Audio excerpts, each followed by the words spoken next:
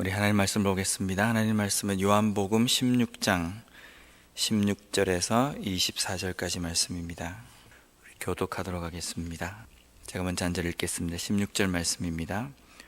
조금 있으면 너희가 나를 보지 못하겠고 또 조금 있으면 나를 보리라 하시니 제자 중에서 서로 말하되 우리에게 말씀하신 바 조금 있으면 나를 보지 못하겠고 또 조금 있으면 나를 보리라 하시며 또 내가 아버지께로 감이라 하신 것이 무슨 말씀이냐 하고 또 말하되 조금 있으면 이라 하신 말씀이 무슨 말씀이냐 무엇을 말씀하시는지 알지 못하노라 하거늘 그 묻고자 함을 아시고 이르시되 내 말이 조금 있으면 나를 보지 못하겠고 또 조금 있으면 나를 보리라 함으로 서로 문의하느냐.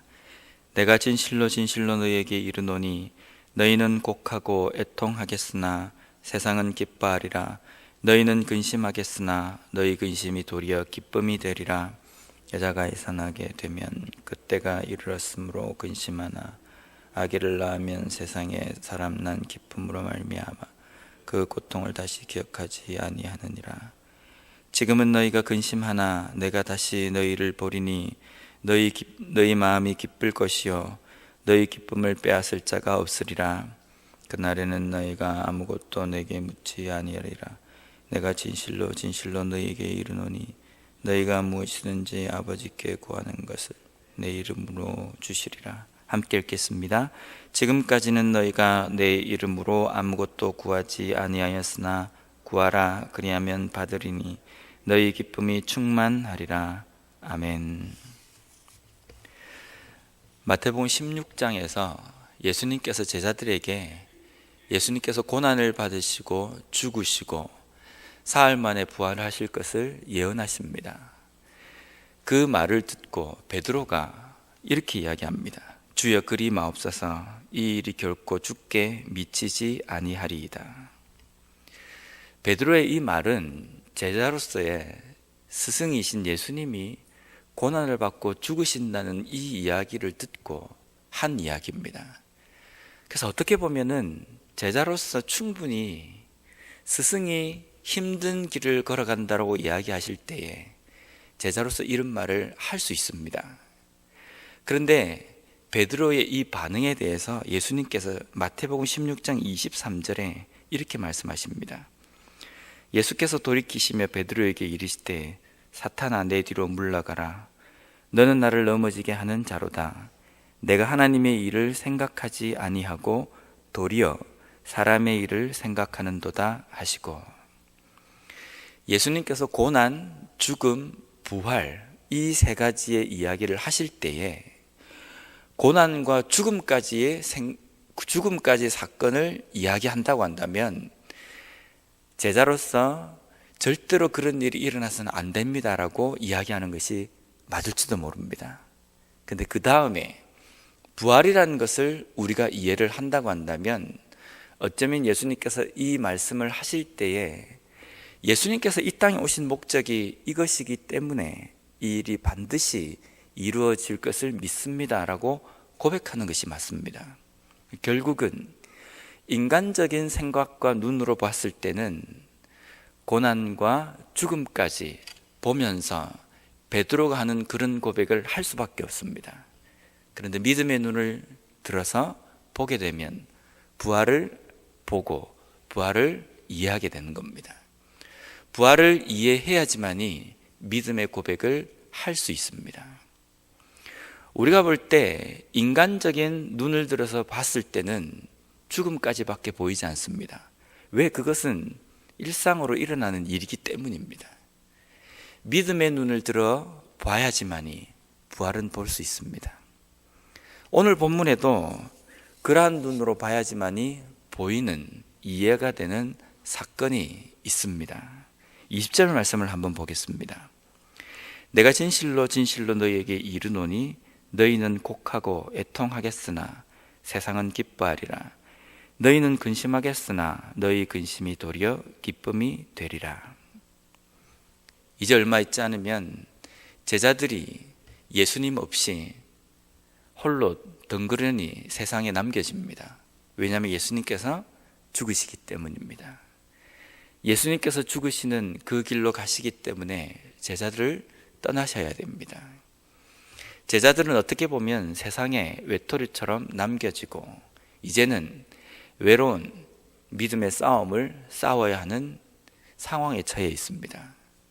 극히 인간적인 눈으로 봤을 때는 스승의 그 품에서 벗어나서 그들만 세상 가운데 거해지기 때문에 근심거리고 슬픔이 될 수 있습니다. 고난의 길이 될 수 있습니다. 그런데 예수님께서 죽으시는 그 죽으심 때문에 세상은 어떻게 됩니까?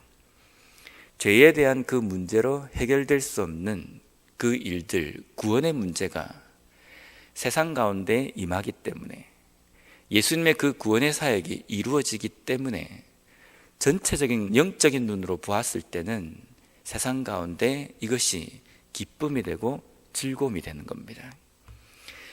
인간적인 눈으로 제자들에게는 근심거리가 될지 모르지만 믿음의 눈으로 봤을 때에는 예수님께서 죽으셔야, 예수님께서 십자가에 죽으셔야 세상이 기쁨을 볼 수 있고 구원의 그 은혜를 누릴 수가 있다는 겁니다.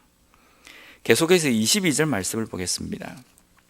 지금은 너희가 근심하나 내가 다시 너희를 보리니 너희 마음이 기쁠 것이요 너희 기쁨을 빼앗을 자가 없으리라. 제자들이 근심하고 제자들이 외롭고 제자들이 스승과 떠나 있는 그 문제 때문에 근심이 되고 슬픔이 되는 것은 인간적인 눈으로 보았을 때 그렇습니다. 그런데 믿음의 눈을 들면 부활이라는 것을 보게 됩니다. 그 믿음으로 부활을 온전히 깨닫고 알게 되는 겁니다.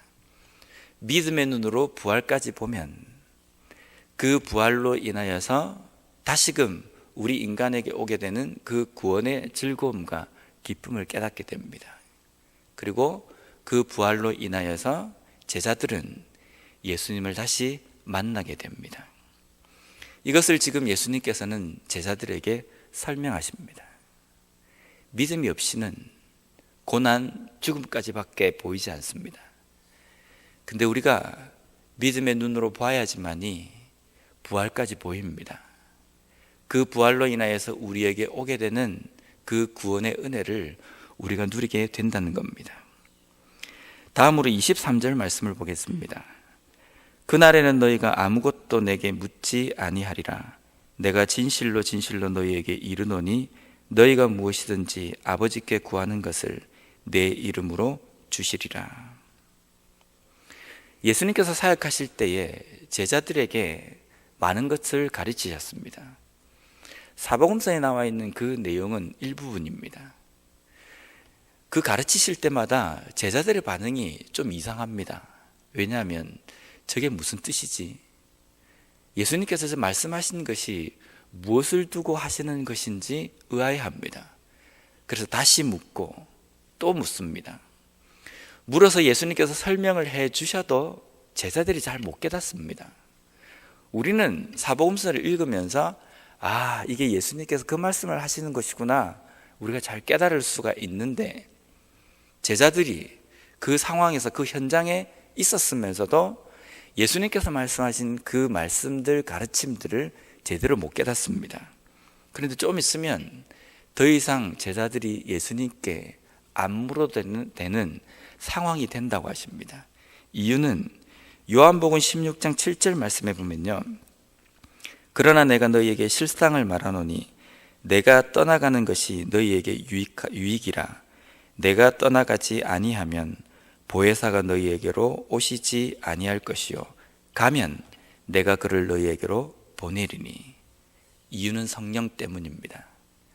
보혜사이신 성령께서 제자들과 함께하기 때문에, 제자들 가운데 거하시기 때문에 더 이상 제자들이, 물론 예수님께서 안 계시기 때문에 물을 수 없는 것도 있지만 더 이상 묻지 않아도 되는 깨달음을 얻게 되기 때문입니다. 그 깨달음이 제자들이 생각이 깊어졌기 때문에, 지혜가 생겼기 때문이 아니라 성령께서 함께 하시기 때문입니다. 그래서 요한복음 14장 26절에 보면요, 보혜사 곧 아버지께서 내 이름으로 보내실 성령, 그가 너희에게 모든 것을 가르치고 내가 너희에게 말한 모든 것을 생각나게 하리라. 이 보혜사 성령께서 예수님께서 승천하시고 난 다음에 제자들에게 임하심으로 인하여서 예수님께서 하신 말씀과 모든 가르침들을 알고 생각나고 깨닫게 하신다는 겁니다. 그 성령으로 제자들이 예수님께서 말씀하신 그 복음을 증거하고 전하는 자리에까지 간다는 겁니다. 그리고 오늘 본문 말씀에 보면 무엇이든지 구하라 그리하면 이루리라 라고 말씀하십니다.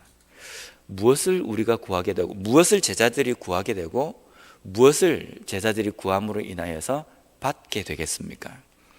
누가복음 11장 13절 말씀해 보면요, 너희가 악할지라도 좋은 것을 자식에게 줄 줄 알거든 하물며 너희 하늘 아버지께서 구하는 자에게 성령을 주시지 않겠느냐 하시니라. 여기서 이야기하는 너희들이 내 이름으로 구하라 그러면 이루리라 라는 이 말씀이 구하는 그것이 성령입니다. 성령이 제자들에게 임함으로 인하여서 이제 예수님께서 이 땅 가운데에 제자들에게 명령하신 그 명령들을 온전히 이행할 수 있도록 그들에게 힘이 생기고 그들에게 능력이 생긴다는 겁니다. 제자들이 예수님과 함께 있을 때에 깨닫지 못했던 것들을 이제 성령으로 말미암아 깨닫게 되고, 제자들이 세상 가운데 담대하게 선포할 수 없었던 겁쟁이였다고 한다면 성령으로 말미암아 세상 가운데 고난 앞에서도 죽음 앞에서도 담대하게 복음을 증거하는 온전한 증거자로 서게 되는 겁니다. 그것은 다른 데 있는 것이 아니라 그들이 하나님 앞에 구함으로 인해서 받게 되는 성령으로 인함입니다. 예수님께서 그들에게 보내주신 그 성령으로 인하여서 제자들이 능력을 받고 세상 가운데 복음 증거자로 설 수 있다는 겁니다. 우리의 믿음이 이렇습니다. 때로는 우리가 세상 가운데 도전장을 내밀어야 됩니다. 세상 가운데 근심과 즐거움을 근심으로 바꾸어서 우리가 때로는 고통을 당하고 힘든 상황 속에 처해야지만이, 처해서 세상 가운데 복음을 한 사람에게라도 더 전해야지만이 세상에는 기쁨이 있습니다. 우리가 복음을 증가하는 이 길이 우리의 육신의 눈으로 볼 때에는 힘들고 어렵고 고난의 길일 수 있습니다. 하지만 그 길 가운데에 우리로 하여금 가게 하시는 분은 하나님이십니다. 하나님께서 우리에게 힘을 주시고 능력을 주셔야 그 길을 걸어갈 수 있습니다. 하나님께서 그 힘을 주셔서 그 길을 걸어갈 때에는요, 믿음의 눈이 열려서 하나님께서 나와 함께 하심으로 인하여서 누릴 수 있는 즐거움을 우리가 볼 수 있고 행복한 마음을 우리가 누릴 수 있습니다. 그것은 절대로 육신의 눈으로는 보이지 않습니다. 우리가 하나님 앞에 간구해야 될 것은 내가 어떠한 사역을 어떠한 일을 하든지 하나님께서 나와 함께 하셔서 이 길을 갈 수 있도록 해달라고 기도해야 됩니다.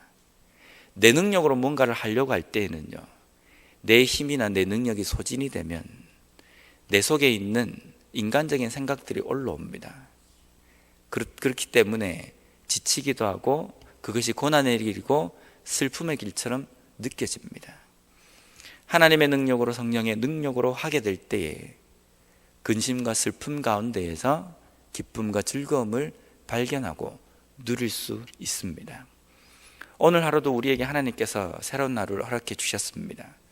왜 우리에게 이 하루를 주셨느냐면 우리가 해야 할 일이 남아있기 때문입니다. 우리를 통해서 이루시고자 원하시는 일들이 남아있기 때문입니다. 이 길을 걸어갈 때에 육신의 눈만 열어서 보게 되면 또 내가 이 어렵고 힘든 세상의 삶을 살아야 되구나라는 생각으로 시작할 수 있습니다. 하지만 이 길을 걸어가게 하시는 분도 하나님이시라는 고백과 함께 걸어갈 때에 하나님께서 나에게 힘을 주시고 감당할 수 있도록 해주시고 선포할 수 있도록 해주심으로 인하여서 하나님과 함께 걸어감으로 인하여서 누릴 수 있는 행복과 즐거움을 온전히 보며 살아가는 우리 모두가 되었으면 좋겠습니다. 기도하겠습니다. 하나님 감사합니다. 오늘 이 말씀을 통하여서 우리와 똑같은 제자들을 변화시키셔서 위대한 사도로 삼으신 것처럼 하나님, 우리도 우리에게 맡겨진 그 일들을 온전히 감당하기 위하여서 하나님께서 우리에게 능력을 주시고 힘도 주시고 감당할 수 있도록 해 주셔야지 할 수 있음을 다시 한번 고백합니다.